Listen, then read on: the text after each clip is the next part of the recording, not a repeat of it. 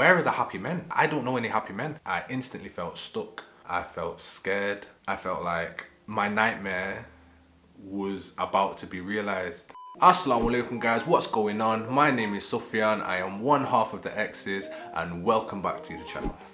Okay, so Amara's away today. Aww. So it's just me. Her sister just got her GCSE results and they were amazing. I won't say what they are, but really good results. And Amara's gone away with her family to celebrate just for a few days. She's in London right now, or she's on the way to London. So she's just left with me. It's little old me, all by myself. I'm a big boy now. So as you probably picked up by the title of the video, this video will just be me tapping into my inner emotions and just kind of sharing how I have been feeling, how I am feeling around this pregnancy and finding out that Amara's pregnant and that we will be having a baby. I'm pregnant. Not with triplets, just with one. So Amara's 5 months pregnant now. She's due on Christmas Eve. All the Christians in the comments saying, what, Christmas baby, woo! Obviously Muslims don't celebrate Christmas, but it's still a beautiful time of the year. We got snow and lights up and everything like that. My parents' anniversary is actually on Christmas Eve. Who gets married on Christmas Eve? Muslims do. So there's a lot of stuff going on around that time of year, and inshallah we will be having a baby. So when Amara found out that she was pregnant again, do you know when people say, when we found out we were pregnant? I'll interchange between we found out we were pregnant and Amara found out she was pregnant. Whichever one makes you feel more comfortable is okay with me. So when Amara found out she was pregnant and that we were expecting, I was met with a whole range of emotions. Obviously you've got the joy, excitement, anxiety, like, whoa, what's gonna happen now? But the overwhelming emotion or feeling was this guttural fear and the sense of feeling stuck. That might sound a bit odd, bearing in mind I am in a happy marriage. But those were the emotions that took over and a lot of what I've been feeling. So I'm just going to explain what all of that is and where it comes from. Whether you can relate or not, I don't know, but I think it's important to acknowledge feelings instead of just ignoring them and shutting them down. Validate them on occasions and see where they lead to. So I'm just going to go through that with you and we'll get to the bottom of it. So as always, it's best to give some context. So let me give you a bit of my backstory. I'm a Muslim and I was born and raised in a Muslim household. Both parents are Muslim. And just like all the other kids in the world, or all the other parents in the world, I hope, I was told that I could be anything I wanted to be. You can be anything you want to be, anything you set your mind to. Reach for the moon and you might grab a few stars on your way down. Quick fact check, the stars are actually much further away than the moon is, so the saying should be reach for the stars and on the way down you may catch the moon. In conclusion, your parents are liars. That really resonated with me. It really stuck with me. I really clung onto that as my mantra and I really did believe it. I can be whatever I want to be. As I started forming a bit of identity and this and that, I actually kind of narrowed down what I wanted to be, and I wanted to be a footballer, I wanted to be an actor, and I wanted to be a singer. Crazy, yeah, but those are the things that really resonated with me. So I went into high school. High school was really easy. Like, I'm talking minimal effort, maximum outcome. I ended up attaining 12 GCSEs, alhamdulillah, and I don't really remember revising too much. I was smart and school was really easy. I did not have to try. Going into college, again, come out of college with my A-levels, minimal effort. Everything was going really rosy. But then you have to acknowledge that at this time now I'm 18, 19 years old and I've never actually tried doing anything. I've never applied myself to something. It's just been handed to me, so to speak. It's just been a given. So by the time I was 18, 19 years old, as I'm sure is the case with so many people, I started becoming interested in other things. Girls, partying, the social side of life. This was things that I've never tapped into before and they were exciting to me.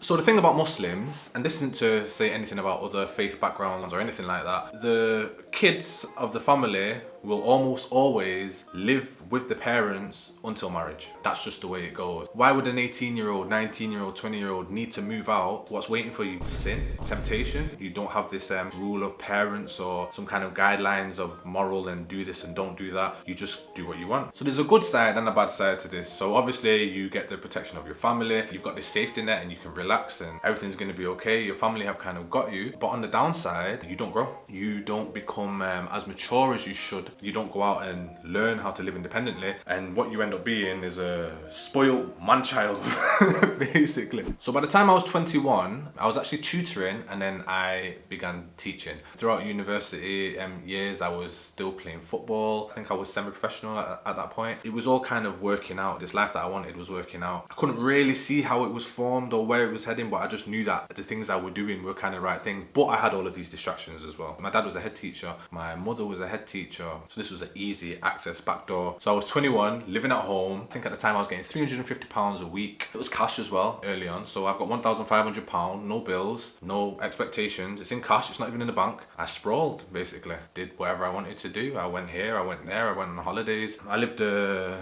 carefree life, let's say. So with this new type of lifestyle that I started taking up, home started to get a bit difficult. And at the age of 21, I was kicked out. My parents asked me to leave the house. It was a hurtful time, to be honest. I'd been kicked out a few times previously in the past and had some rough times, but this was like a, no, you're kicked out of the house, don't come back. I went and lived between a few friends' houses and stayed there for a bit. Eventually I got my own place. It was the first kind of reality check that I had. I was paying rent, council tax, bills, and at the end of the month, I didn't really have a lot of money left. I had enough money to buy myself, like, I don't know, a backpack, some shoes or something like that, some bus fare or taxi fare or whatever it was at the time. I was struggling, to be honest. I was having cornflakes for breakfast, cornflakes for lunch, noodles. I'd go to Iceland and get these like 90p pizzas, and there were 3 of them. You know, the smiley faces, it's like I would eat them with some beans. That was my dinner. And at home, my family were sitting down as a family, having these big meals. Mum was cooking meals, everyone was eating. It hurt me, you know? It hurt me. I felt, okay, they're still doing everything and I'm here by myself. Why does nobody care about me?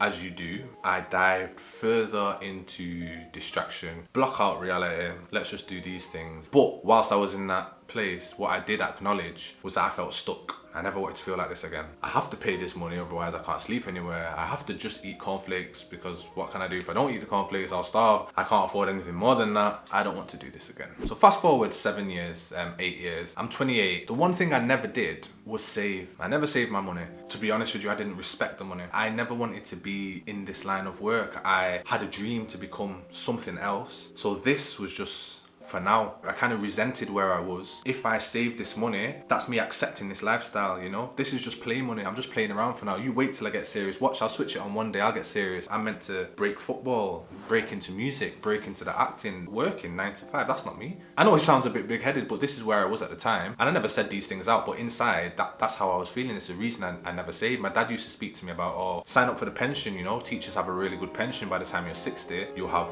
X amount of money. And I was like, 60? Why are you telling me to save now for when I'm 60? I thought you told me I could be anything I want to be. What's this about 60? Do you think I'm just going to be in this for life? Have you stopped believing in me? I'm not going to put away a pension. 60. I want to be done by 40. I want to be done by 30. That was just the way I was thinking, okay?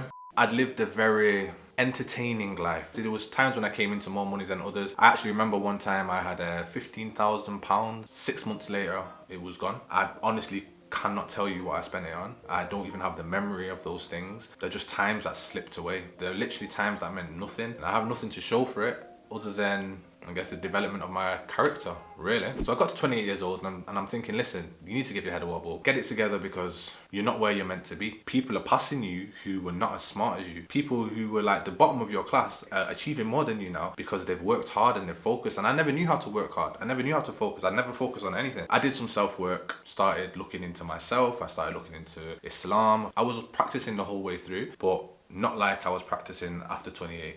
So as soon as I got it together, I had actually made a decision and I promised to myself not to get married. Not right now anyway. I'm not getting married right now. I'm going to focus on myself. This is the first time in my life I'm going to focus on myself. I'm going to work on the things that I want to work on, my dreams and my callings from inside. That little kid that wanted to be something, I'm going to give him a go. So I started making music. Music is one of my hobbies and passions. The music was doing really, really well. I was presented with a whole load of opportunities, record deals, shows, get this person in your video. They've got 1 million followers. Let's go on this tour, open up for this person. Really, really big opportunities. And I turned them all down because they were haram. I had a business plan with schooling. I was going to open up a small tutoring business or a small schooling kind of business. I was actually doing things for myself. It was working. Yeah, I still had my slips, 28 to 30 years old. I still had my slips, but I was better than I had been. Women were a big distraction for me. So I swore never to have women in my life. When you got your stuff together, then it will work out for you. Just wait down the line. And then I met Amara. To be fair, I made it very, very difficult for her. And yes, she's the prize, yeah? She's always the prize. Everyone who watches the videos and sees Amara, you can tell she's very unique, and alhamdulillah, I'm very blessed, yeah? But I also know my own worth. So it's not like Amara presents herself at me and I'm gonna be like, oh yeah. The chance of a lifetime, I'm gonna just keep coming no matter what. It wasn't like that. I know what worked for me, what didn't work for me. And I took my time to talk through these things with Amara. There were certain conversations that I had with Amara and I stressed to her how important they were. So bear in mind that I've done a lot of self-work. When you're at the bottom of the barrel, you lie face down on the floor in the midst of hell. You learn a lot about yourself. One of the things I stressed to Amara was how important it was that she allow me to pursue my dreams. Have patience with me, help to nurture whatever my passions are, and it's really important for me to achieve my goals, to achieve my dreams. I vocalized those dreams and I said, look, this is what I'm interested in, this is what I want to do, something that looks like this, and it resonated with her. She understood that, she believed as well. More importantly, she understood how important it was to me. And I said, look, I want to do these things, not for me, but not just for me, for my family. One of the reasons I didn't want to get married, I didn't want to get married unless I could financially support my wife. I wasn't just trying to do it on luck and just be like, yeah, let's get married. And especially if I'm having a kid, that's lifestyle in Islam. The man is responsible for that lifestyle, yeah? The man is responsible for all of the financial sides of it, for providing, yada, yada, yada, you know how it goes. So we had these conversations and I stressed to her how important it was. And I also vocalized to her what my nightmare was. While I was getting married, I was still teaching. I've stayed in teaching the whole time, but I was just about to be without a job. I was living at home again by this time, alhamdulillah. But with living at home, what happened was, I guess you just go straight back into baby mode again, don't you? I'm just a kid again. I've got the roof over my head, everything's okay. And then when I was about to get married, I was thinking, I don't have any money. I'm about to be without a job and I needed more money. Like, I genuinely needed more money in order to provide in the way that I wanted to. How can I get married with no job and no money? So I sat down, I prayed to Allah subhanahu wa ta'ala, and as always, Allah answered my dua. And literally 1 month before I got married, I got a new job which paid me £10,000 more than I was making before. Another £12,000 just out of nowhere ended up in my bank account. We got married and wedding money came in and gifts came in and some other situations, and I'd gone from having nothing to having this job which is giving me 10 grand more and about £30,000 in my bank.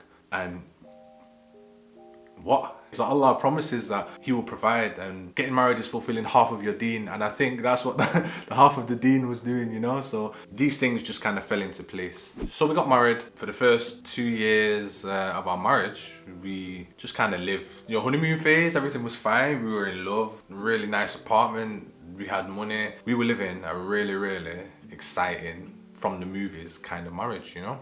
So then 2 years into marriage, Amara became pregnant. She fell pregnant. As I'm sure you all know, that pregnancy resulted in a miscarriage. And it hurt. It really, really hurt. It broke Amara. It was the most painful thing she'd ever been through. For the first time in my life, I had to be there for someone properly. Forget what's important to me and just switch on for her. So, you know, I had this hurt and pain inside me. I wanted to cry. I couldn't cry. Because if I cry, and she might feel sorry for me. So anyway, I switched it on and I was there for her, and it was the first time that duty stepped in, but I was okay with it. I could do this. My mum had cancer a few years before and we thought we were going to lose her, but the whole family pulled together. It was horrible, but it wasn't just me. This one here with the miscarriage, it was just me. At the end of that, she didn't want to live at that apartment anymore. She wanted to move on. She had obviously horrible memories there. She couldn't even go for a shower. She thought, if I go in the shower, I bled in this shower. And on top of that, the house was falling apart. The apartment was falling apart as well. So we packed up our bags and we moved on. Now, one of the perks of this old apartment was that it was really cheap. It was really affordable. It was a bargain,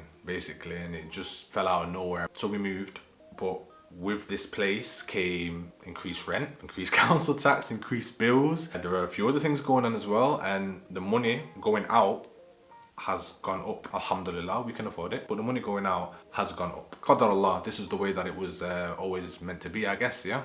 A couple months later, Amara found out she was pregnant again. My initial things was like, alhamdulillah, let's take it easy. We've just been through this miscarriage. My priority is kind of managing Amara's emotions at this time. I just want to make sure she's okay. Not managing like a child, but you know, let's just create the right environment for her to be okay, feel good inside, and put out good, you know?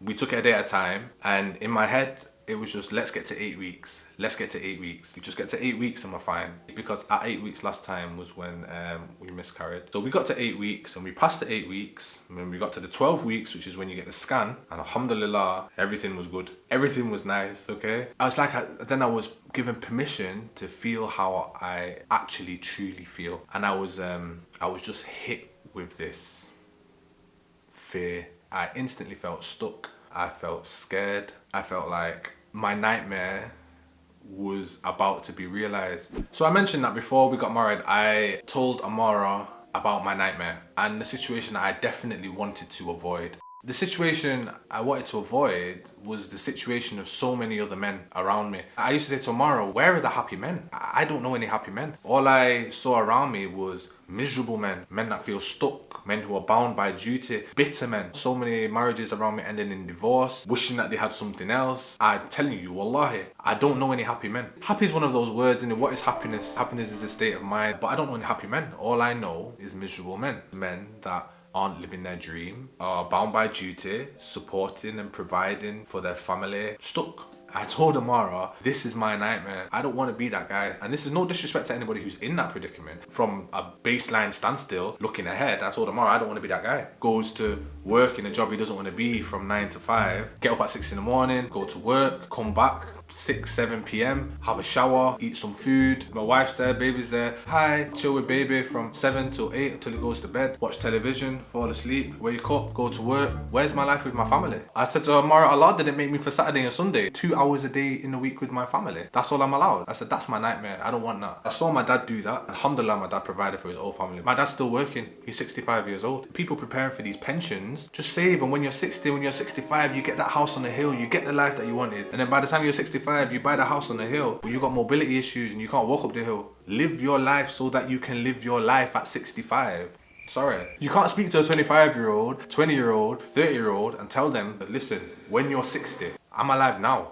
So I spoke to Amara about these and I said, listen, I don't want to be in those situations. Then we found out that we were going to have a baby and it started feeling like, you know, the nightmare is happening. And is this something that is unavoidable? The 10 years that I wasted doing nothing from 18 to 28, am I paying for that now? Should I have done something more then? How was I meant to do more then when I was a kid? I spoke about it to my parents, and as supportive as my parents are, my parents have always supported me for everything. It's gone from you can be anything you want, you can do anything you want to be, to, well, just stick at this for another year or 2 or 3 or 4, you know, try and save on the side. What happened to the dream? I thought I could be anything I wanted to be. Does that have an expiry date? I can be anything I want to be when I'm a kid, when I'm 10, 20, 25 even. But after 30, no, you can't be anything you want to be. Well, you can, but it doesn't look like that. Maybe you should save for 10 years, you know, try something at 40. Amara was really happy and excited. I guess I wasn't putting out the same emotions. She was asking me, are you not happy? What's wrong? Are you still scared? What is it? I said, look, I'm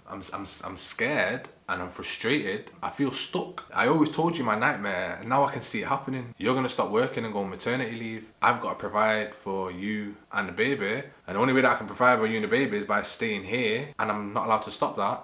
What am I going to do? I'm going to see the baby for 2 hours while it's awake. So you're going to raise the baby and then I'm going to be here and I'm going to be stuck in this job for X amount of years and I'm going to be miserable. I'm going to be bitter because that's going to make me bitter. You want me to pretend that it doesn't make me bitter to be in that thing? Look at all the other men around you. Are they not bitter because of that? I just felt all of these things settling in, and I'll be honest with you, at the time, but this is a few months ago now, I wasn't in the physique I should be, and I was just like, right, I can see myself just turning into this fat, grey, miserable man, and I can see it happening now. I've got a hatred for that guy. I've got a hatred for that version of me because that's not me. Like I said, I felt scared, I felt stuck. Inshallah, I know that I'll be the best dad. Obviously, there are other dads who are the best dad. I'll always be there for my wife and for my child, and I'll do what needs to be done. It's not that, oh, I don't know how to raise a kid. I'm good to my students. I'm good to the kids around me. I love children, but there's something inside me. I'm important as well. I had to address those things in order to move past or move on from the place that I was. First thing I did was go to the gym every day. I went to the gym every day. I've actually dropped off for 2 weeks and now, so if you see me dipping, write in the comments, go to the gym, Fetty. And I just felt like it sculpted my mind a bit and made me a bit more of an animal.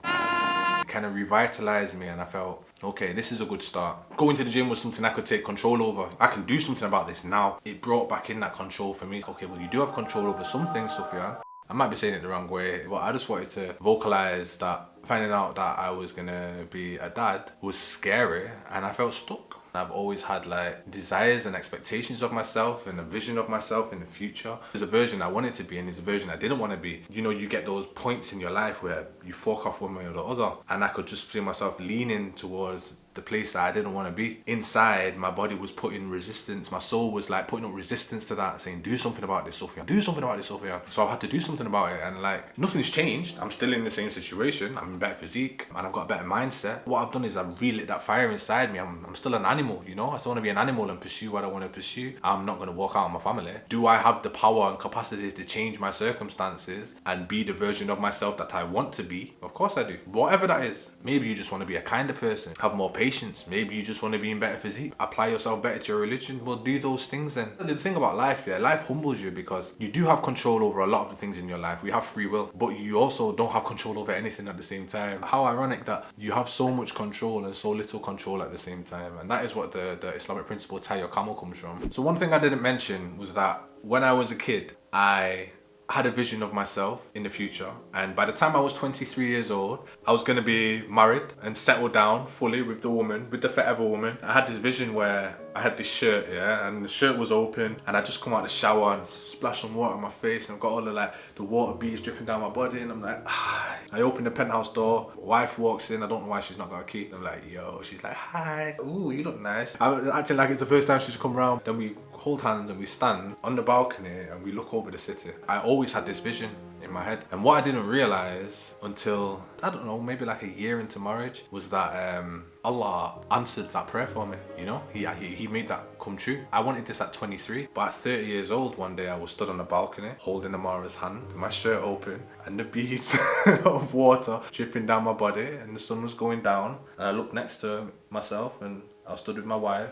And we had an apartment. It wasn't the penthouse, the whole top floor, but it was the top apartment right in the corner, the biggest apartment in the whole complex. We stood there and looked out over the city and saw the whole city beneath us. And I was like, alhamdulillah, Allah answered my prayer. Allah gave me what I wanted, exactly the way I wanted it, when I was ready for it. Because I wasn't ready at 23, I was nowhere. But when I was ready for it, Allah answered that and gave me that. My dream came true. It's in times like this where I'm having these doubts and fears, where I remember that just apply yourself, you know? Just believe and just do what you want to do, because Allah will have you. Allah's always come through for me. All of the sins I've committed in the past, all of the horrible memories I have, and places I've been and things I've done, the shameful acts and things I did in the name of pleasure and joy and entertainment, all the times I let myself down as a Muslim and as a man, as a son, Allah has overlooked all of those and still given me my dreams, still allowed me to live here like this, walk into these big jobs and have the woman, and inshallah we're going to be having a baby as well. Still got 4 head of hair.